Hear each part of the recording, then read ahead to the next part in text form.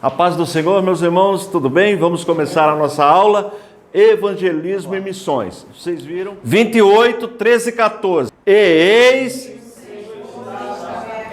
Ele diz: Eu sou o Senhor, Deus de Abraão, seu pai, e Deus de Isaac. A terra que agora você está deitado, eu a darei a você e a sua descendência. A sua descendência será como o pó da terra. Você se estenderá para o oeste e para o leste, para o norte e para o sul. Em você e na sua descendência serão benditas todas as famílias da terra. Para quem Deus está falando isto? Não. Jacó. Jacó, confirma aí, irmão. Está com a Bíblia aberta? É Jacó? Não falou o lugar que ele estava deitado? Que ele teve a visão? Betel, né? Então, Deus falou com Abraão.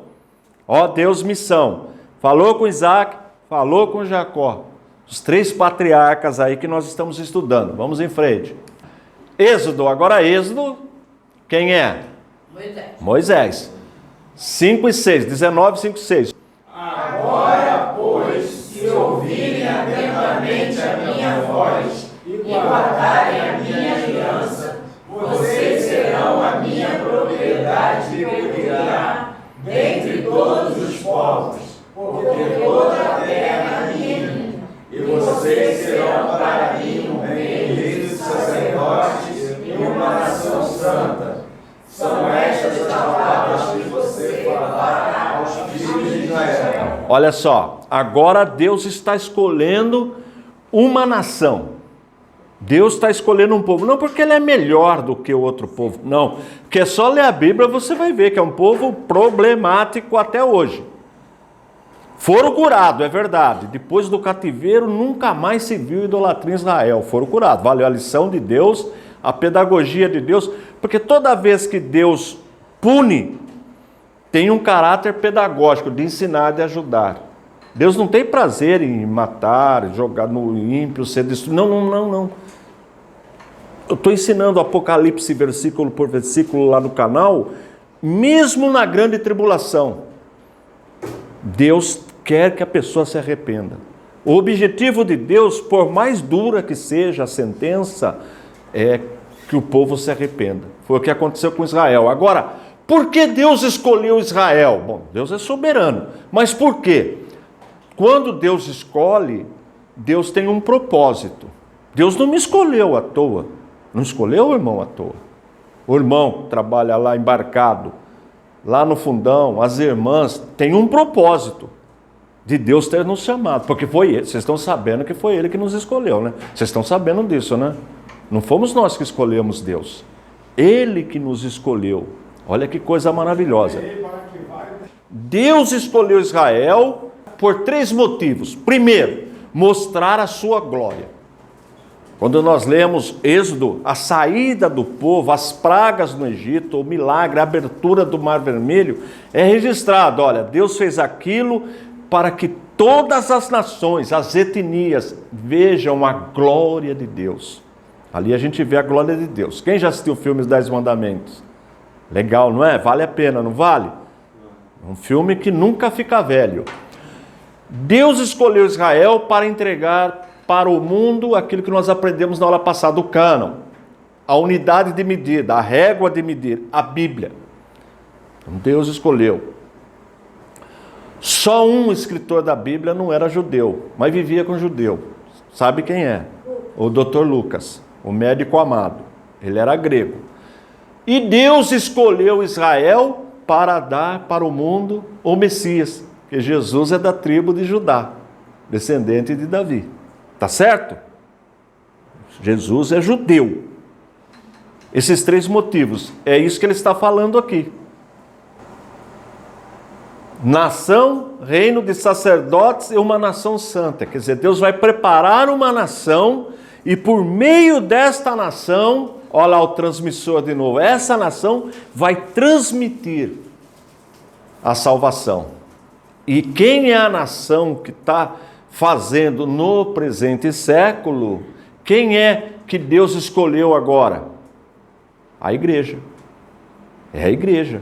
Desde a descida do Espírito Santo até agora. Deus continua com o seu plano. Só que agora ele usa a igreja. E quem é a igreja? Somos nós. Cada pessoa.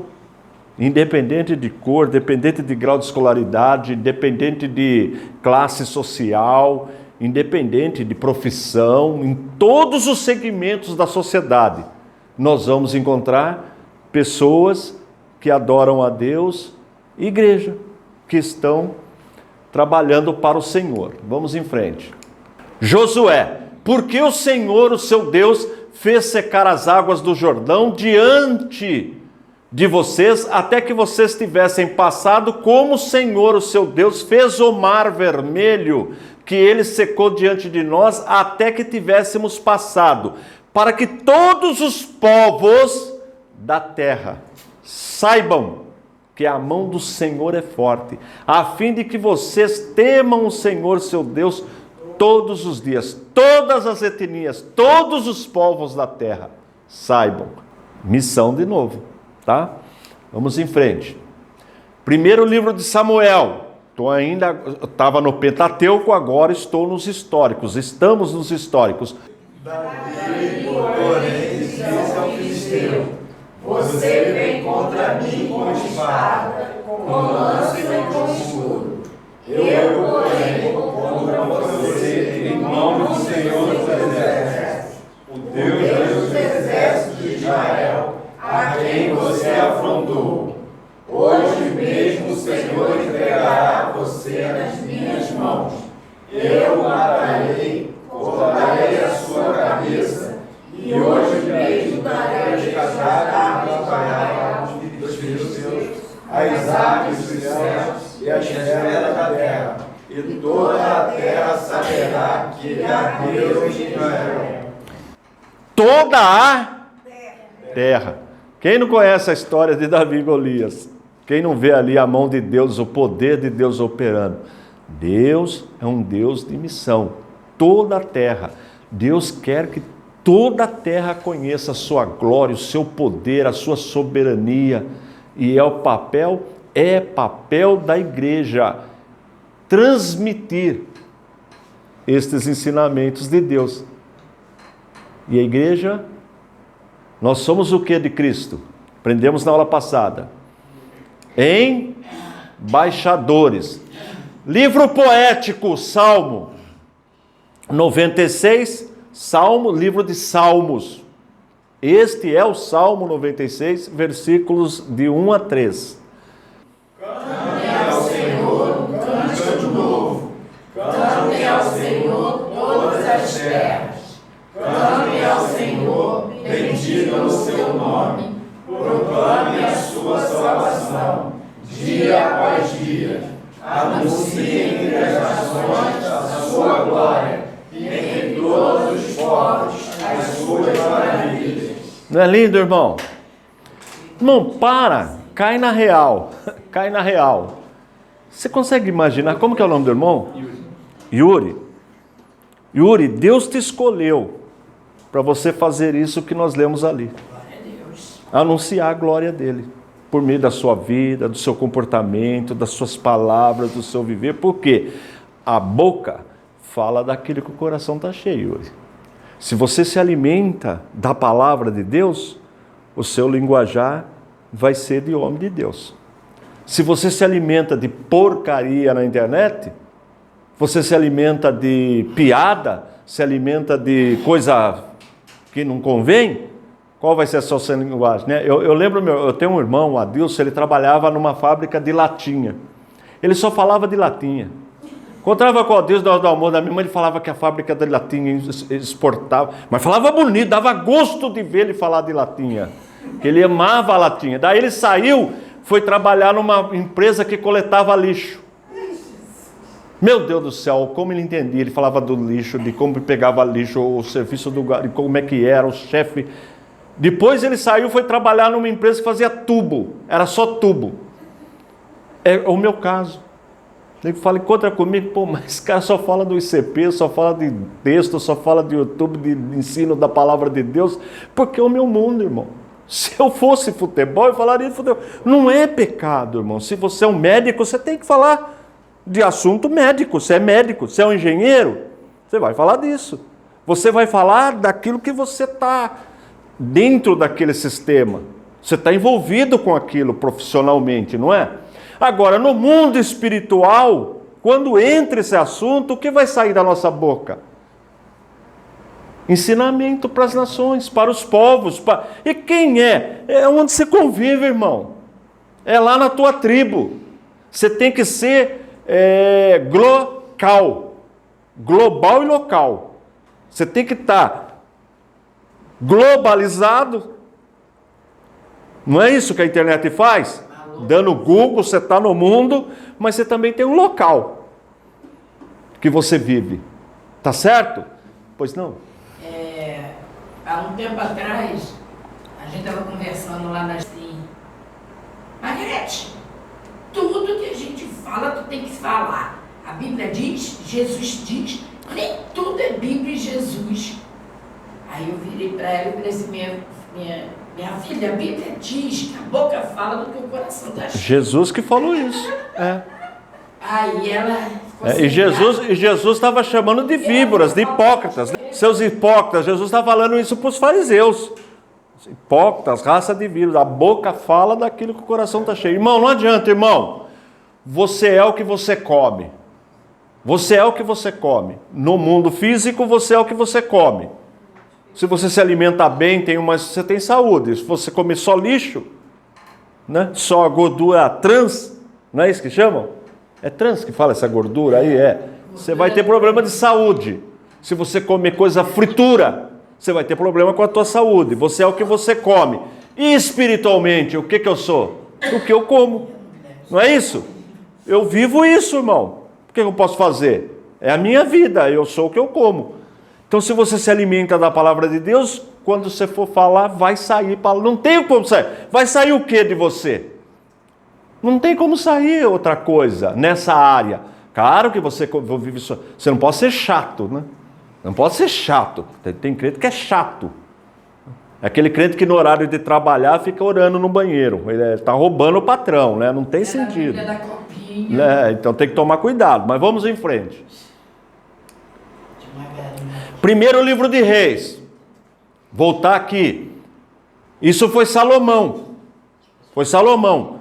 Ouve tu dos céus, lugar da tua habitação, e faze tudo o que teus desejos te pedir, a fim de que todos os povos da terra conheçam o teu nome, para te temerem como o teu povo de Israel, e para saberem que este templo que eu edifiquei é chamado pelo teu nome. Todos os povos da terra. Olha que legal. Deus não faz acepção de pessoa. Todos os povos da terra precisam conhecer o nosso Deus. Portanto, Deus é missionário. Missio Dei, que nós já aprendemos. Bom, Isaías, agora profeta literário, profeta maior. Voltem-se para... Isaías 45, 22. Voltem-se para mim e sejam salvos. Vocês... todos os confins da terra, porque eu sou o Senhor e não há outro. Olha aí a salvação. Salvação é só para judeu? É? Aí, ó, no Antigo Testamento. Missão de novo. O profeta falando. É mais do que o profeta Isaías. Malaquias, profeta menor, 1 e 11. Mas desde o nascente do sol até o poente, é grande o meu nome entre as nações. Em todos os lugares que é queimado incenso, e são trazidas ofertas puras, porque é grande o meu nome entre as nações, diz o Senhor dos Exércitos. É grande ou não é, irmãos? É esse Deus que nós estamos servindo aqui. E foi esse Deus que nos escolheu para representá-lo no presente século. Com todas as nossas falhas, com todas as nossas limitações, mas Ele nos escolheu para representá-lo. Não é bênção, irmão? Que privilégio, hein? O que você fez? Não, eu representava a Deus. Legal, né? Não tem representante comercial? Não, eu represento fala uma empresa aí, a Globo, eu represento a CCA, eu represento, não é isso? Quem você representa? Eu represento Deus, Ele me escolheu para representá-lo. Está indo bem? Por isso que vocês estão aqui. Tem um grupo que usa a terminologia de Deus, quer dizer, de general, que nós somos generais de Deus. Também serviria nesse contexto? Pode. Por que não? General também, no meu caso, eu vou ficar como soldado. Olha que humildade.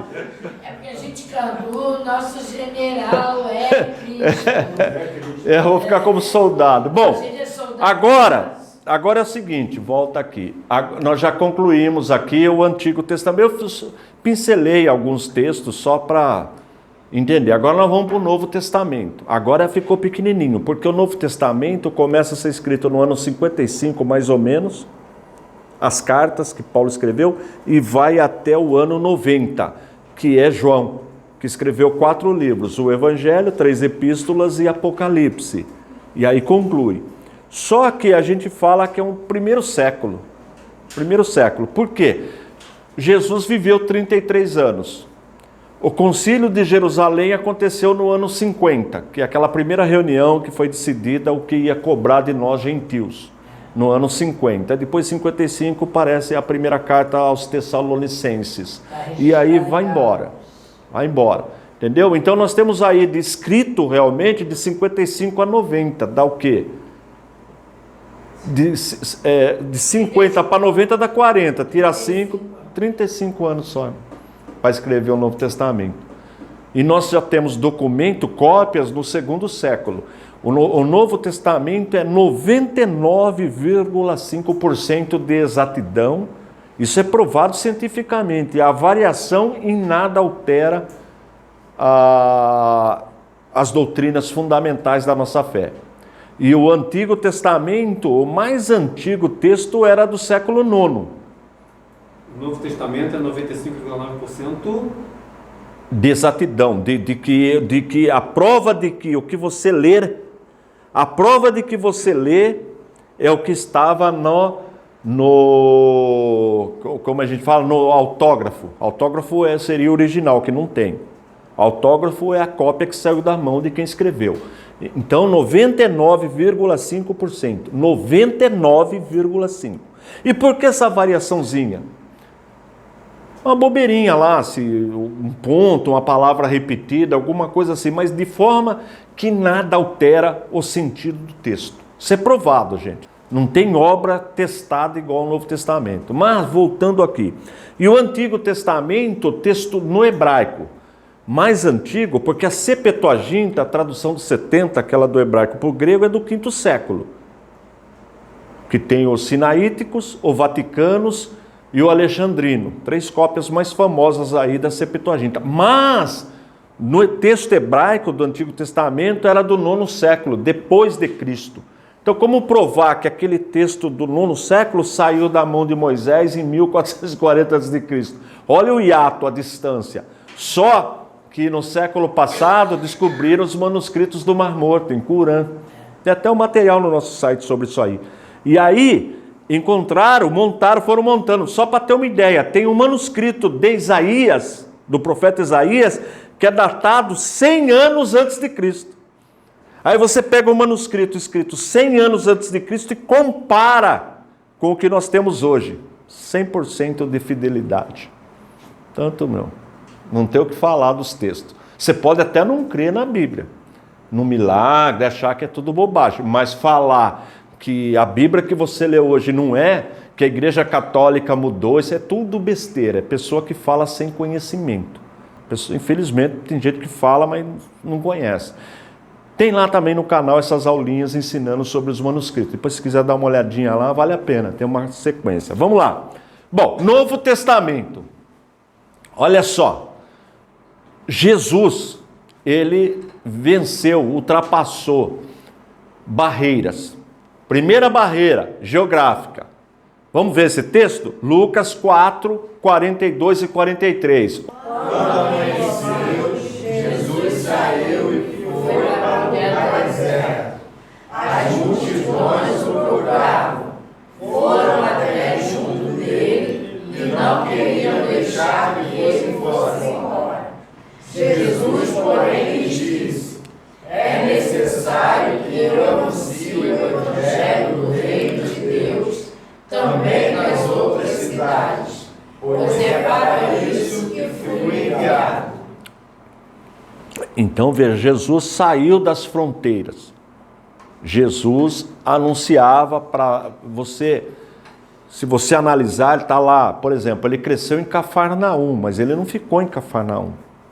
Ele subiu, curou a Cirfenícia, aquela mulher que das migalhas, e outros povos, rompeu barreiras geográficas, desceu pela região da além do Jordão, a Pérea, Jericó, a mulher samaritana, rompeu. O judeu não passava por Samaria, cortava, ia por outro caminho.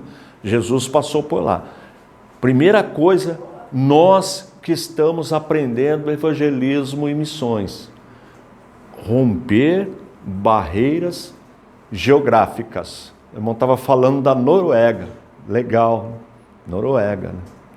É outra cultura, é um outro país, mas o evangelho, ele rompe barreiras geográficas. Tanto é que uma cultura judaica, nós nos alimentamos dela. No Brasil, que nossa cultura não tem absolutamente nada a ver com o estilo judeu de ser. Vamos em frente. Barreiras sociais. Mateus 27, 57. Ao cair da tarde, veio um homem rico de Arimateia, chamado José, que era também discípulo de Jesus. O evangelho também rompe barreiras sociais.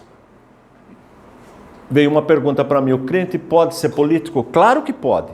O que não pode é a igreja fazer política.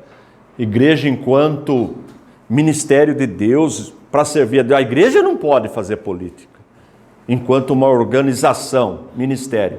Mas o crente pode ser político, pode ser jogador de futebol, pode ser empresário, pode ser rico, pode ser pobre, não tem essa questão. Pode ter escolaridade, pode não ter escolaridade. A gente tem um passado sangrento, né, de uma pseudo-igreja cristã que fez política e fez um banho de sangue, né? Entenderam? Vai mal quando a religião casa com o Estado, com a política. Só dá ruim. Pode estudar a história da igreja à vontade, irmão. Não funciona. Por quê? Porque são atividades diferentes. A missão é diferente. A nossa missão, como é que eu me sinto à vontade para pregar o evangelho e ensinar a palavra de Deus? Porque eu não preciso defender A e nem B. Porque a palavra de Deus é para todos, ela rompe barreiras sociais. Agora, quando eu estou dentro de um partido, aí já é um problema. Então o sacerdote, ele trabalha para Deus. Agora, é pecado? Não, não é pecado ser político. Eu tenho um irmão que é político, não tem problema nenhum. É vereador em Campinas. E agora ele é suplente do astronauta como senador. Meu irmão Alberto. Está até pondo no canal lá uma aulinha dele, ensina. Então não tem problema nenhum. Mas enquanto igreja, eu falo, instituição, que é o problema. Porque daí perde o sentido da missão, que nós aprendemos na aula passada. Então romper barreiras sociais nesse sentido. Não importa a que classe social você pertença, não importa. Você serve a Deus do mesmo jeito. E aqui fez questão de anotar, Mateus, um homem rico, José de Arimateia, foi ele que deu a sepultura para Jesus. Vamos em frente. Barreiras étnicas. Mateus 8, versículo 13. Então Jesus disse ao centurião: vá, e seja feito conforme você crê. Naquela mesma hora, o servo do centurião foi curado. Bom, se ele era centurião, ele não era judeu. Ele era o quê? Romano. centurião, chefe de uma centúria, então ele era romano. Agora, romano cobrava tributo, o povo judeu estava pagando tributo para César. Quem mandava ali na região era César, na questão política, tudo. Agora veja, como é que Jesus, o Messias, porque na cabeça dos apóstolos o Messias viria para libertá-los do jugo romano. Eles não conseguiam entender como nós, hoje para nós é fácil entender que o reino é espiritual, mas para eles não. E de repente Jesus cura o servo do centurião romano. Jesus comissiona a sua igreja para a mesma tarefa. João 20, 21. E Jesus lhes disse outra vez, que a paz esteja com vocês, assim como o Pai me enviou, eu também envio vocês. Assim como o Pai o enviou, eu também envio vocês. Mateus 28. João 17, 18. O propósito da igreja. Lembra da missão da primeira aula que a gente discutiu aqui? Assim como tu me enviaste ao mundo, também eu os envio ao mundo. Quer dizer, o que é o mundo? É conviver com as pessoas. Jesus não convivia com as pessoas? Ele diz para os doentes. Exatamente. Foi até criticado pelos fariseus. Mateus, ele era publicano quando ele teve Mateus era publicano quando ele teve um encontro com Cristo. Ele falou assim: eu vou fazer a última festa de arrebentar, porque agora eu não vou mais fazer nada, vou seguir Jesus. Aí ele fez uma festa na casa dele. Tinha de tudo lá, né? Até rolou um vinhozinho, tá todo mundo no gás. Os camaradas criticando, olha lá, ó os bebês. Você tá vendo como que é? Já criticando, porque não entenderam a intenção do Mateus. Ele quis fazer uma festa de alegria, fazer uma festa de despedida. Olha o coração dele, fazer uma festa, que a partir de agora eu vou vir no outro esquema. E Jesus ali com eles, ensinando aquela alegria, todo mundo ali, mas o religioso, fariseu, queimando. Ia dividir, né? Queimando. Porque quando você ganha um presente, qual é a primeira coisa que você faz? Abre e fala do que ter recebido a salvação em Cristo Jesus. Então, gente, essa é a notícia que a gente É o que acontece quando a pessoa tem um encontro com Cristo. Acontece o que aconteceu com Mateus. Ele quer ganhar o mundo inteiro. Reunir os amigos para que Jesus falasse para todos eles. Mostrar, né, quem eu vou seguir a partir de agora. Só que como ele tinha um dinheirinho... E né? tipo assim, escutem ele, querendo até de repente que os amigos aceitassem como ele aceitou, né? Olha lá. Porque é um mandamento de Cristo. Portanto, vão e façam discípulos de todas as nações, batizando-os em nome do Pai, do Filho e do Espírito Santo, ensinando-os a guardar todas as coisas que tenho ordenado a vocês. E eis que estou com vocês todos os dias até o fim dos tempos. Tá aí, irmãos. Missão no Novo Testamento. E como a igreja primitiva cumpriu a missão. Atos 2:32. No sermão do dia de Pentecostes. Ora, a este Jesus, Deus ressuscitou, do que todos nós somos testemunhas. Olha só, a pregação do Evangelho, ela é dividida em 3 partes. Todo sermão, quando você for pregar, quando você for ensinar, você tem um exemplo.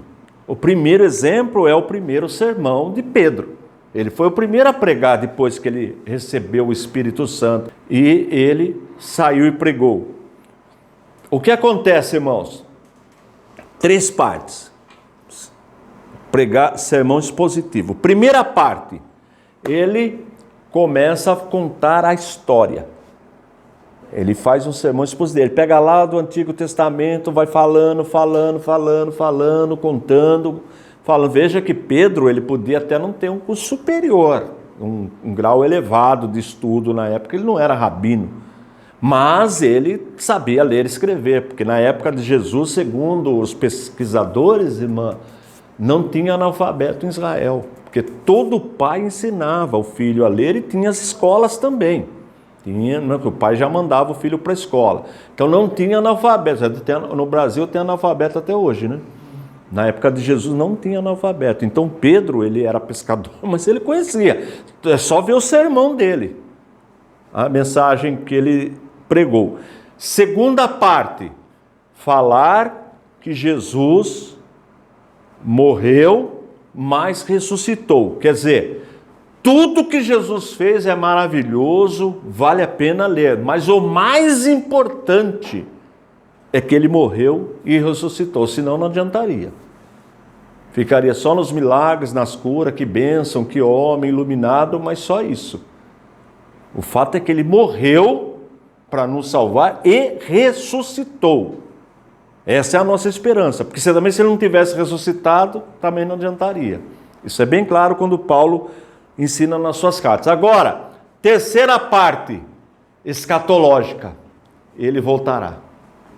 Essa é a mensagem do Evangelho, irmãos. Provar que Jesus é o Cristo, dar testemunho de vida. Olha, tanto que ele ressuscitou que ele mudou a minha vida. Minha vida foi transformada. Eu era uma pessoa antes de conhecer Jesus, agora eu sou outra pessoa depois que eu conhecer Jesus.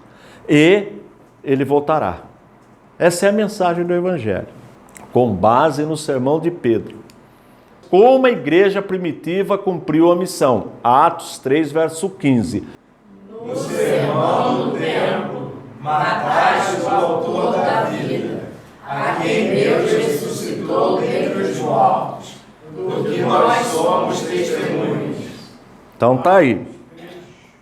Atos dos Apóstolos poderia ser chamado Atos do Espírito Santo, porque nós vemos a atuação do Espírito Santo no livro inteirinho.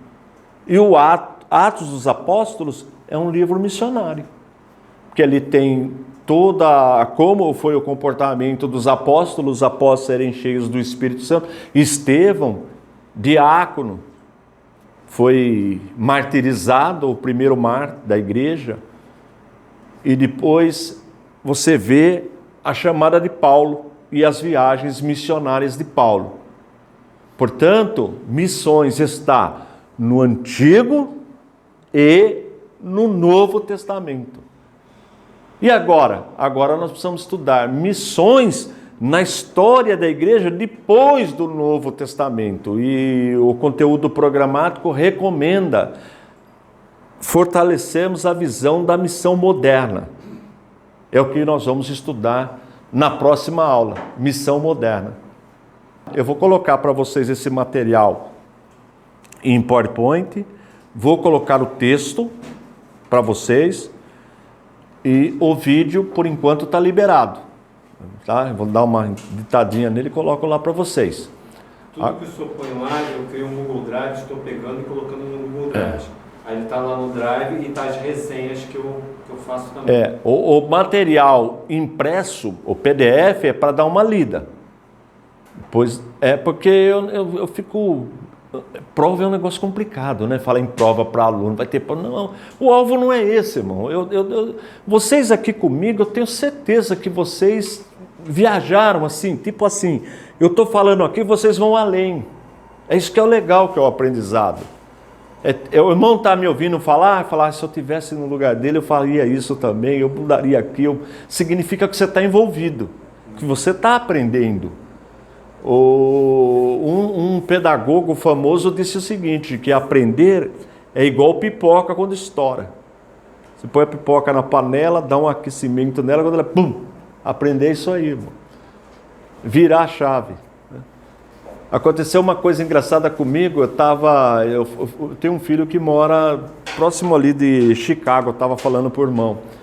E a gente foi num parque lá em Chicago, e aí eu tenho uma luta, eu quero aprender inglês, eu sempre estou estudando, tentando aprender, e aí eu falei, vou ficar um tempo lá, eu estava falando com meu irmão, com meu filho, fiquei lá um tempo lecionando, mas para brasileiro, não adianta nada. Aí eu falei, vou ficar um tempo lá, ver se eu consigo, né? Aí você vai aprendendo alguma coisinha, vai melhorando, o que você já sabe, e vai tentando entrar em sintonia. Aí o meu filho fala que tem que virar a chave, é quando você sai falando, virar a chave é o termo que ele usa. Aí chegou um casal. Aí eu comecei a falar com o casal, fiquei num H, falei, virou a chave, virou. Mas era brasileiro, depois que eu notei. Eu achei que eu estava falando em inglês, mas era um casal de brasileiro que me encontrou.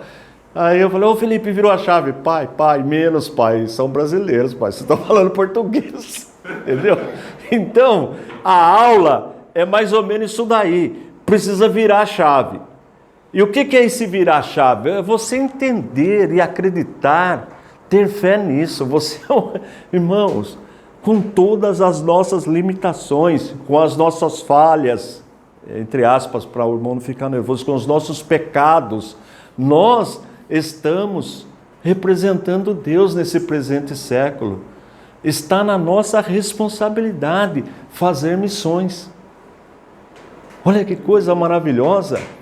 E vocês são privilegiados, nós, porque eu também estou aprendendo, nós estamos evoluindo ainda, né? Conseguimos arrumar um espacinho de tempo na nossa vida, porque ninguém tem tempo, irmãos.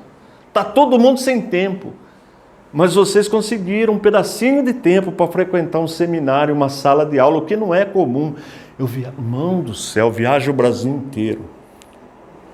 O último estado que eu fiz foi Roraima, para você ter uma ideia. Fiquei lá na selva, lá eu e minha esposa, ensinando a palavra de Deus. Olha, irmãos, tava os seminários, estruturas. Você vê, olha o exemplo aqui, irmãos. Que estrutura vocês têm aqui. Cadê os alunos, irmãos? Por que aconteceu isso aí? Você vai na faculdade Batista do Sul, um campus, quem já foi lá? Uma coisa mais linda, é um campus, irmãos. Tem tudo, alojamento, tem tudo. Irmãos, aquilo era lotado de alunos. Você vai aqui, tem um seminário aqui no MER, 4 andares o prédio, só de salas de aula, tudo com data show, com ar-condicionado, tudo. Não passa de 100 alunos. Não passa de 100 alunos, irmãos. Eu fui lá, eu só trabalho em seminário. Onde foram parar os alunos? Olha, irmãos, olha o luxo que é essa sala de aula, irmãos. Olha que carteira, que ambiente. Cadê os alunos? Cadê os crentes? E aí, você vai nas igrejas, irmãos, mudou tudo. Ontem eu fui numa igreja, eu contei, a igreja comporta 1000 pessoas sentadas. Sabe quantos crentes tinham? Tem escola dominical, depois o culto. Menos de 100. Menos de 100, irmão. Não vai conseguir bancar. São 4 andares o prédio lá. Como é que vai bancar a manutenção daquilo lá com 100 pessoas, irmão? Afeta tudo. Tem que acontecer alguma coisa, porque senão nós vamos começar a ver templos sem serem vendidos. Já aconteceu na Europa. Nós vamos começar a ver no Brasil estruturas sendo vendidas para o secular. Vai inverter de novo. Por quê? Não está entendendo? Alguma coisa vai acontecer. Alguma coisa vai acontecer. Eu estou falando isso porque eu sou da área de pesquisa. Na minha formação acadêmica, eu sou engenheiro, gosto muito de estatística. Quando eu entro numa igreja, eu já calculo logo o que está acontecendo. Entendeu? Não é uma coisa... eu estou falando de coisa empírica. É medido. Vocês notaram isso aí? Estamos notando isso. Estão notando? Irmão, não tem sentido uma escola dessa só ter vocês, irmãos. Não bate. Olha quantas classes tem aqui. Não sei, irmão, não sei. Então nós precisamos buscar Deus, orar a Deus e trabalhar. Pedir para o Espírito Santo, olha, obrigado, Senhor. Porque, irmão, se existe um lugar que está precisando, é de ensinadores e ensinadores. E o gostoso, irmã, a senhora que está na área, que não tem preconceito na igreja contra a mulher ensinar. Graças a Deus, né? Não tem radicalidade. Porque tem igreja que é contra a mulher ser obreira, né? Não ensino, graças a Deus. Pode ensinar à vontade. Que ninguém vê mal isso aí, ninguém questiona. Tá bom? Que horas são? 30. 9h30. Vamos agradecer a Deus? De pé, 1, 2. Resumindo, a missão começa e termina em Deus. Quem que orou a última aula? Senhora, né? A senhora pode terminar? A senhora é Eu sou Luciana. Luciana, você pode encerrar com oração? Por favor. Senhor, nós te agradecemos. Obrigado, Senhor. Pelo momento que passamos na tua presença, aprendendo um pouco mais da tua palavra.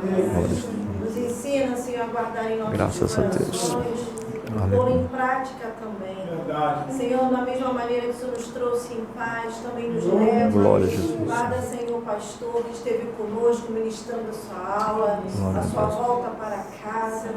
Como foi dito aqui nessa noite, por essa oportunidade, em nome de Jesus. Amém. Amém. Deus abençoe, meus irmãos.